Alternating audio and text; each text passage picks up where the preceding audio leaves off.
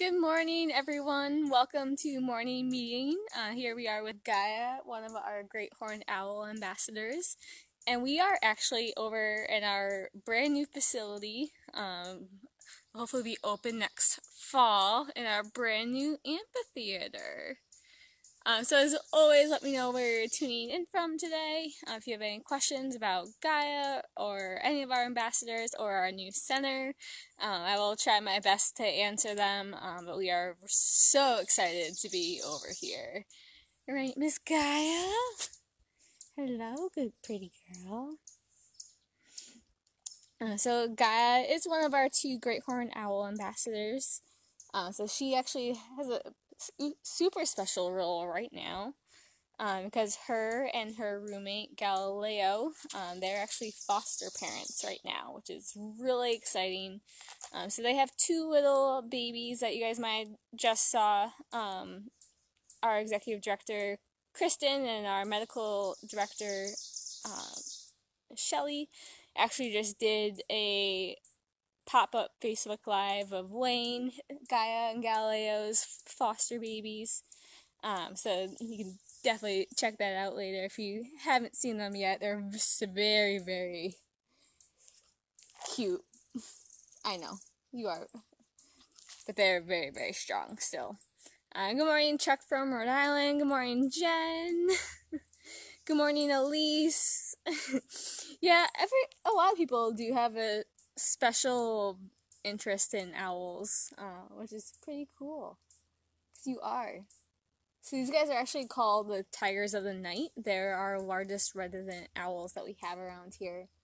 So she currently weighs in at about 4.5 pounds. The Great Horned Owls are just a smidge smaller than our snowies that we have here in Maine that migrate through. But our Great Horns are the largest ones that stay here all year round. Do you see yourself in the camera? She's very intently staring. Good morning, Theo. Elise is the panting to cool off. So it's called a gular flutter, and she is actually the first raptor that we have around here to be on the nest. They're on the nest in January and February. So sometimes that gular flutter is because she's nervous, but other times it is kind of like a pant. It is quite warm for her today. It's supposed to be in the high 80s, I believe, today. And for someone who is very content sitting on the nest in the middle of January and February, summertime is quite warm for her. I know, it's okay, honey. Hi, Mom. Good morning, Rebecca and Xander. Check our Great Horned Owls new to Maine. So these guys are actually found all over the country. So they've been here for quite a long time now. Yes. But you can find Great Horned Owls all over the United States. Rebecca, is the new building... Yes, this is the new building behind me in our brand new amphitheater. So I'll give you guys another look of that right now behind us. And we'll show you guys a picture from the top in a little bit. But we are so excited to be able to have our on-site programming here in our amphitheater, as well as our new classrooms. If you've been to our current facility, you know that we don't really have that space. We have a little tiny pavilion that can hold 15, 20 people comfortably. We do currently hold our on-site owl prowls there during the winter time, but we're really excited to be able to use this space for on-site programming, and actually have a nature center and a classroom, spaces where we can actually have people on site. So we're really excited. I can't believe how amazing this amphitheater looks right now. It looks so good. I'm so excited. Good morning, Ryan. Good morning, Dad. Good morning, Michelle. We miss you. Oh, good morning, Maureen. Thank you so much for donating. That's so sweet of you. As always, there is a donate button on our posts. We are a nonprofit. We don't receive any state or federal funding for the work we do. So all of our food and medical supplies for our ambassadors, as well as our patients, That all comes through donations and grants and stuff like that. So we're really, really thankful for all of your very kind donations. Right, Miss Gaia? Hello, pretty girl. Oh, you're so pretty. It's like, yeah, it's a little warm for me today. Yes, we'll take a little walk out, guys. I'll show you guys what it looks like from the top as we walk up. But I'm going to flip this around just so you guys can see the look from the bottom. Right, Miss Gaia? I know.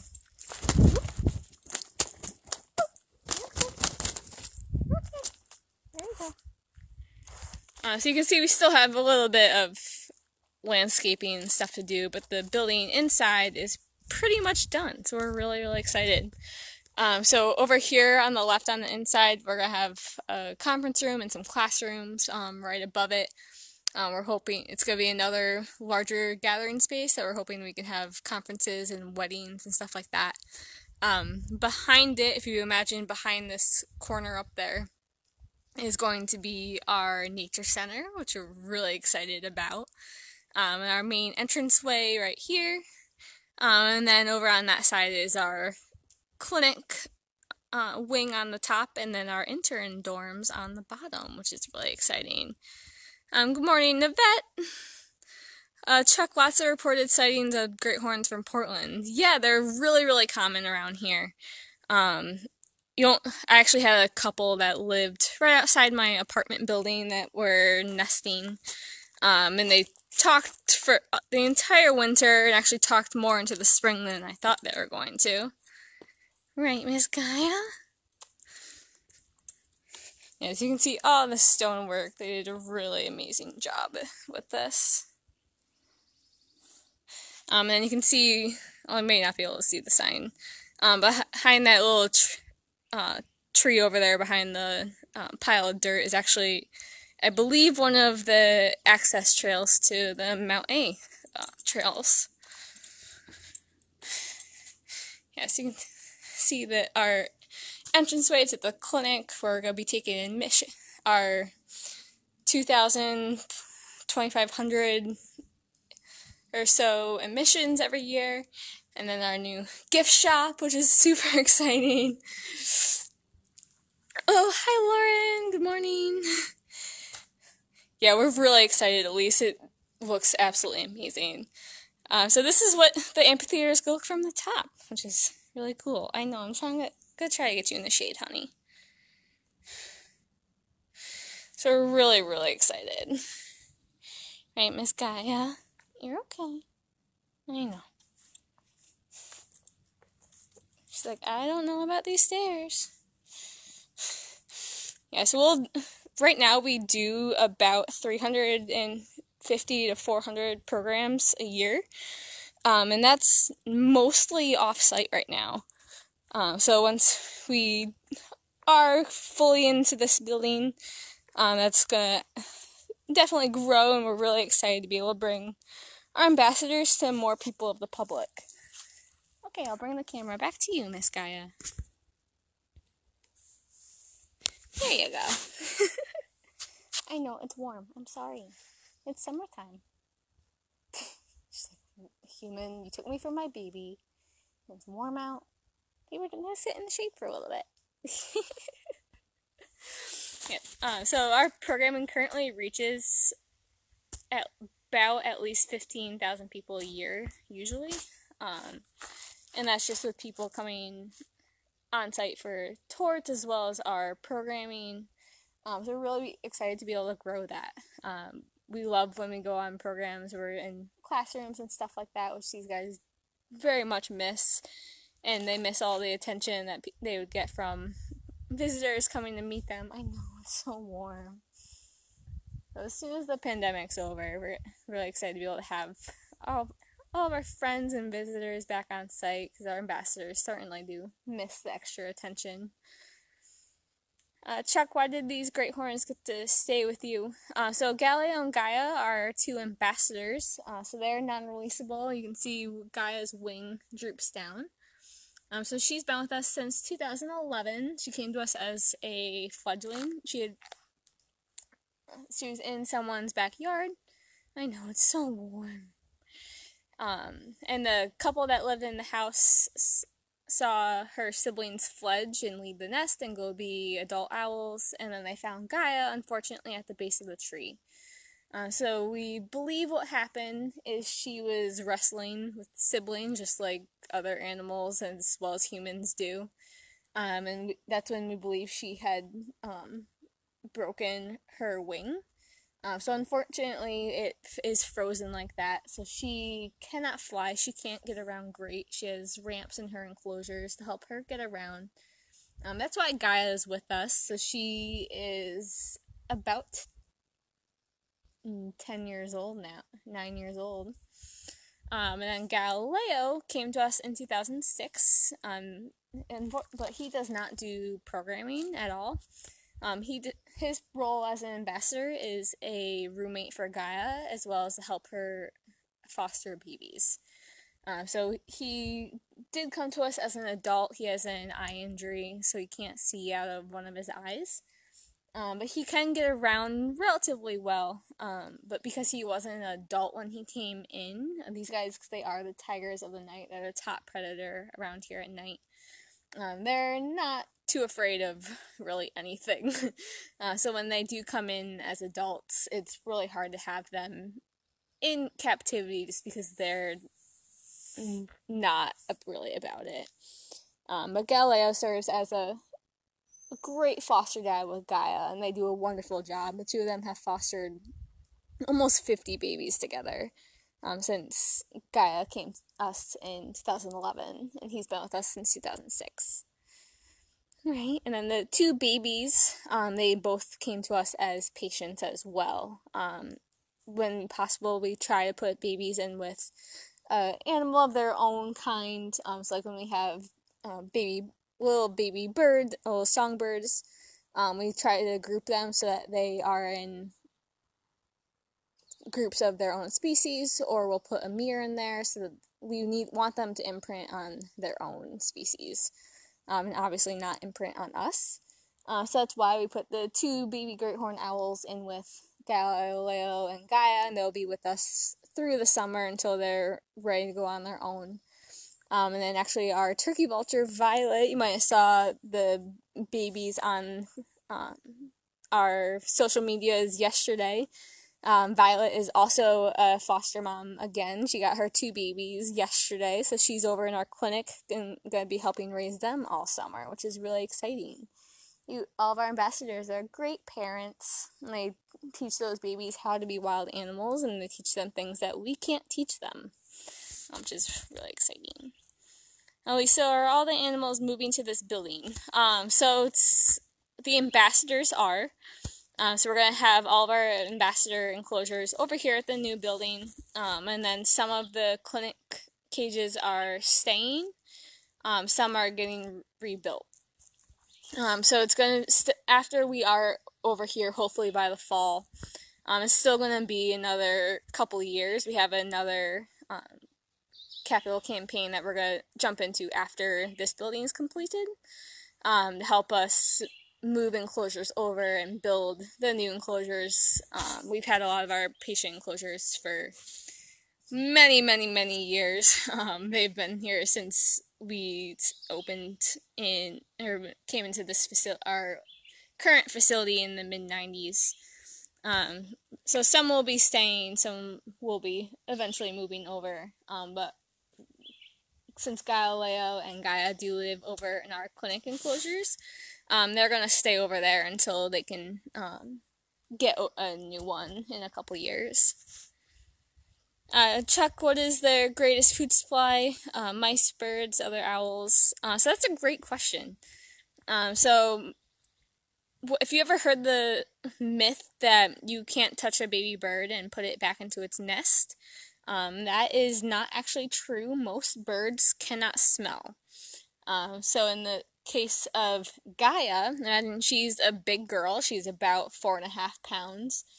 She was catching mice to feed her, or if her mate was catching mice to feed his partner, the babies, they would need a lot of mice to help keep everyone healthy and growing. So actually, we can actually tell as soon as a great horned owl comes into our clinic a lot of times because they have a very distinct smell. It happens to be another nocturnal mammal that's black and white and uses smell as a defense. Our skunks are her favorite food option in the wild. That's a pretty big meal that can last her a couple days, a family of great horned owls. So they'll prefer that over over getting mice. But they will take all of our other owls that we have around here. Pretty much all of our owls will eat other owls of their size and smaller. So we have our great horns, we have bards, we have our sowlets, we have our screech owls, the long-eared when they're migrating through. So she will eat pretty much anything. They are literally the tiger of the night. So anything they can catch, they're gonna take. Good morning, Bridget. Thought this owl might cheer you up.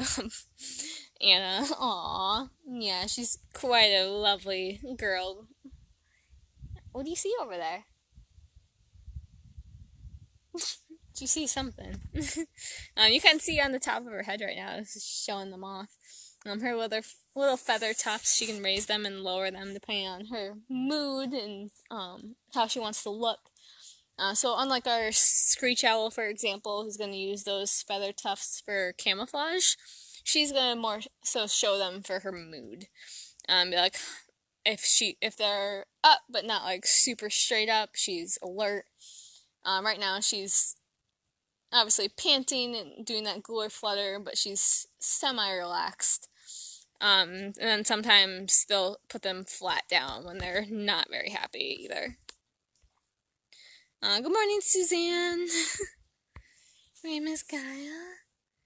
Oh, I know. It's so warm. You want to try the shade? You didn't like those rocks earlier. We'll try to go over it. You're okay. Let me see. See? You're fine. She has a huge beak compared to other owls, it seems. Chuck, yet she's a large girl. So they are our largest owls that we have around here. Hey, you want to sit here? And then shade a little bit. Hey, step up. Step up. Oop. Okay. How's this? Good morning, Holly. Yeah, she is gorgeous, right? So she does have a large beak. Those, if you can see her talons. So those talons are very, very large, and they're actually stronger than any human. So the strongest human, when they clench their fist, has about 30 pounds of pressure per square inch. These guys can reach 300. So they're very, very strong. So she's a very big girl, needs to be able to carry that big food around. If she were to catch a skunk, she would need that very strong talon. Definitely, we have an actually thicker glove that we use for her than some of our other ambassadors, just because those talons are very, very strong. And sometimes when she's on the glove, because of her injury, she'll actually have a sort of lean into you. So that's why the glove is a bit higher as well, just because if she's trying to get comfortable and trying to get her stance right, she sometimes goes a little bit higher than I'd really like. So that's why we have it all the way up to the elbows with her. She is gorgeous, Holly. Yes, you are, Gaia. You need a Dremel. Oh, I know. It's so warm. Right? Yes, Gaia. You're so pretty. Oh, I know. You're okay. So let's talk about our ear tufts. So if you guys can see... Sorry, Gaia. I'm trying to get the lighting good so I can see that. So she has the tan around her eyes, and then there's a darker ring. So if you imagine that darker ring, that's where her ear slits are going to be. So she's going to have one a bit higher on her head and one a little bit lower, so they are at a diagonal, they're asymmetrical. So right behind them are just two little slits. Those are her ears. And the reason why they're at a diagonal is because our owls have much better hearing than we do. So most owls can hear a little mouse running around under a couple feet of snow. So they can hear way better than we can. So that those asymmetrical ears lets them hear everything going on above them and below them all at the same time. Elise, do they watch other birds and want to fly after them for food?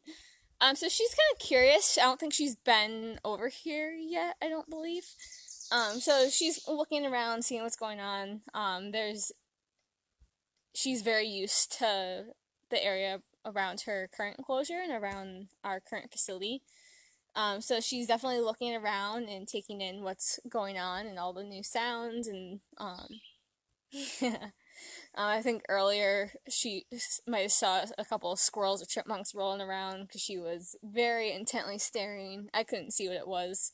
But she's definitely just looking around right now and taking in her new environment. That she's getting used to over the next year or so when we're over here, can do all of our programming over here. We're really, really excited. Chuck, do they sit higher on trees than barred owls? I am not totally sure on that one. Yeah, I'm sorry, I don't have an answer for you off the top of my head. I'll definitely have to Google that afterwards. Thank you, though. One of the best things about doing the Facebook Lives and the programming when we're not in a pandemic because we do get all these fun questions, and so that means every day I get to learn something. Because I don't quite remember how high they'll normally sit on the top of my head. Hallie, she's staring at you. Yeah, some of our ambassadors, they will stare at just like where the voice is coming from. So Gaia, I've been here as our education fellow for almost 2 years now. And then I didn't start working with Gaia until actually about a year ago. Just because she is very strong, and definitely had to work on a relationship with her first. So she is definitely a very special girl for us as our education staff, right? Just because you're so strong. What do you see? But a lot of times you will see them just kind of stare and look because they hear us talking. What are you looking at, Gaia? She sees something moving around. I don't see what it is, but... Right? Is this better in the shade? Oh, yeah. You're so pretty. Yeah, so the two babies that her and Galileo are currently fostering, they still have a lot of their down, and they're kind of like a little fluff ball still. They are starting to get some of their flight feathers. So they're starting to get some of this beautiful coloring that she has. Sorry. I know. She's like, what are you doing? But they're starting to get their two little tufts, which is really funny to see them from across the enclosure. Because they're little fluff balls with those two little big tufts, because they're great horned owls. But they're really cool to be able to watch. I do absolutely love my job, Jen. Best job ever. Chuck barred owl is about 6 to 8 feet off the ground, relatively low in trees. Yeah, I believe these guys are definitely higher than that. So yeah. Holly, where are you located? Would love to visit. Our Birds of Prey show in June was canceled. I'm so sad. Yeah. We miss being able to be able to do live programming. Our ambassadors miss it. So we're really excited for this pandemic to end. Hi, I'm gonna move you. I know. Hold on. There you go. We're gonna sit because you're heavy. I know. See? Look at that. So we are in Cape Nettic, so around if you get off the York exit on 95, instead of going towards Route 1, if you go across the bridge, there's a parking ride, and then there's a right-hand turn that you can take called Chase's Pond Road. So we are at the base of Mount Agamenticus, if you've ever been there, right over... Right behind me, there's actually one of the current trailheads to the Mount A circuit.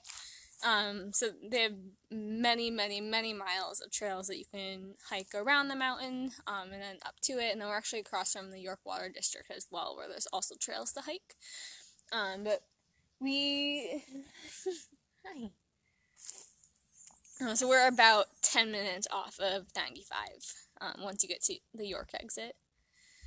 We are really excited to be able to have our programming back. Our educator staff definitely miss it. Our ambassadors miss being able to have people come visit them on site. So we're really excited to be able to get back to that. Hopefully soon, because we miss all of you so much. We miss Gaia. Yeah.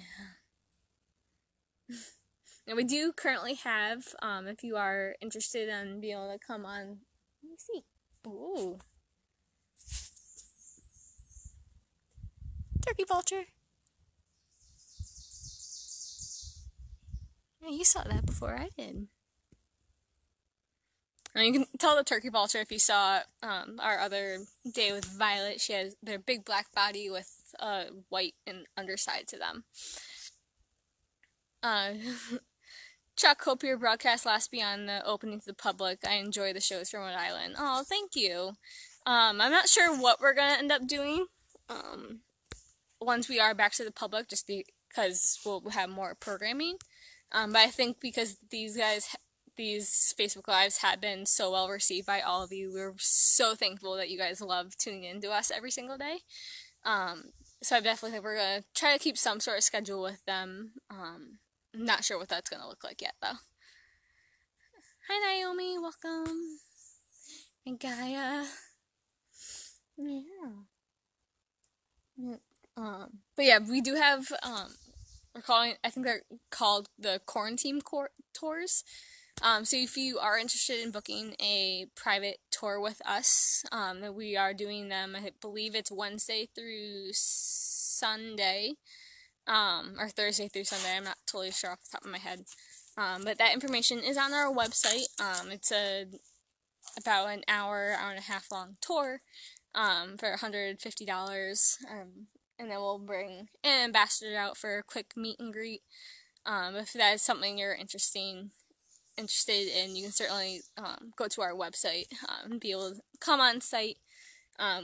We will be requiring masks and gloves. It is bring your own mask, but it's definitely a way that you can come see the ambassadors again in the meantime until we are fully open to the public again.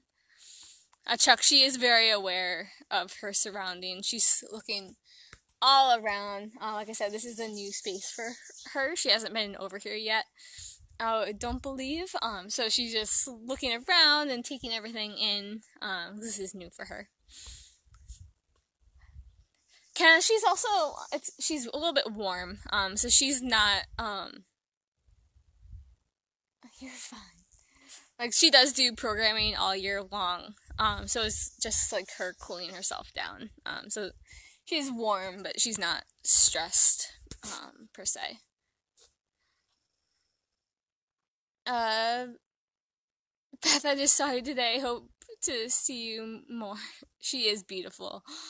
So the in and out right now it's doing is a Gular flutter. So sometimes they will do it when they're nervous, but Gaia is doing it because it's a little warm for her. It's only about, right now in the shade, it's probably only about 70 degrees or so. But for a bird that is on the nest in January and February, she very much loves the wintertime, not so much a fan of the summertime. So the great horned owl call kind of sounds like I am a great horned owl, so it kind of goes like, hoo, Hoo, hoo, hoo, hoo. Not a great impression, but you get the point of it. And then they will hiss and clack just like our other owls, and posture for defense and stuff like that. Naomi, she is about 9 or so now. She's been with us since 2011. She came to us as a fledgling, so that's how we know she's just about 9 years old now. She was still very, very young when she came to us. She wasn't, she didn't even have all of her flight feathers yet. Kara, how do you deal with really hot summer days? It depends. They have pools in their enclosure that they can get water as well as splash around in. But most of the time, our wildlife is pretty resilient to the areas that they would normally be in. So these guys are found here. They're here year round. So it's not like they've never been in the heat. But they do kind of hunker down and try to get through the day they're in the hot days. They'll sit in the shaded areas. They'll go into their kiddie pools. If it's an incredibly hot day, we may not use Gaia on a program, but it depends. So we do take their cues for programming. It is definitely them dependent. So if they're not in the mood to work that day, we're like, okay, we'll bring someone else. That's okay. So it is dependent on their safety as well as what they're really up for that day. Because we don't want to stress them out to go catch them to begin with. So it is them definitely dependent on them and their safety. Chuck, do owls molt? They do. So Gaia, actually she doesn't look that bad right now. So all of our birds do molt, and our mammals do shed just like our cats and our dogs. So Gaia actually doesn't look too bad. You can see, she'll let me show you. Nope. I'm trying to show you right above her eye. She doesn't have some of those feathers. She's like, oh, okay. Sorry, invaded your face. But she doesn't look too bad right now. But they do molt during the summertime. So they'll molt.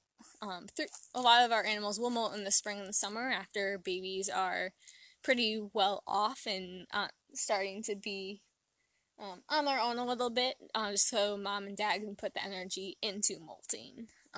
If you're worried about having to keep warm, if they're worried about having to have enough food to feed themselves and the babies, they're not going to be able to molt properly. So when they do molt correctly, it makes us really happy, because that means they're getting everything that they need, that their enclosures are right, especially to make sure that they're not like breaking feathers and stuff like that. So it's a good sign of health for these guys. Oh, hi, Mike. He misses your visits, Gaia. Yeah, we definitely miss going to meet everyone. It's been quite a time during this pandemic. What do you see over there? It's like, I see something. So if you guys have any last questions or anything like that about Gaia or our new amphitheater or our new building, I'll certainly answer those. Right, Miss Gaia? Yeah. I'll take a quick walk up the stairs again for those of you that missed it. Hi. Okay. Yeah, so this is the amphitheater. Our classrooms and stuff like that, and our nature center over on that wing. The amphitheater right up those doors are the admissions area as well as our gift shop, and then our medical clinic on top, and then our intern housing on the bottom. Chuck, do all owls that fall from their perch climb back up the trees? So it depends on how old they are. So sometimes they fall out and they can't get themselves back up. And then there's a point where we're seeing right now where, like, especially a lot of songbirds, They look super awkward when they're hopping around, but is a vital stage in their development. So they will come out of the nest and very awkwardly hop around on the ground for a couple days. And it's just part of the fledgling stage where they'll start to get up their strength, and then they'll be able to get themselves back up within a couple days. Mom and dad are very close. So if they're starting to get those pin feathers are starting to come out and they just kind of look super awkward, if you do find a baby, definitely give us a call and we can kind of help you, coach you through that. Sometimes babies do need to see us, but a lot of times, especially right now, they're actually okay just hopping around, being awkward teenagers just like humans. Oh, thank you so much for donating, Kara. That's so sweet of you. Right, Miss Gaia? So as always, thank you guys so much for tuning into us today. And we will be back tomorrow at 10 a.m. Thank you, everyone. Have a good one. Bye, Gaia.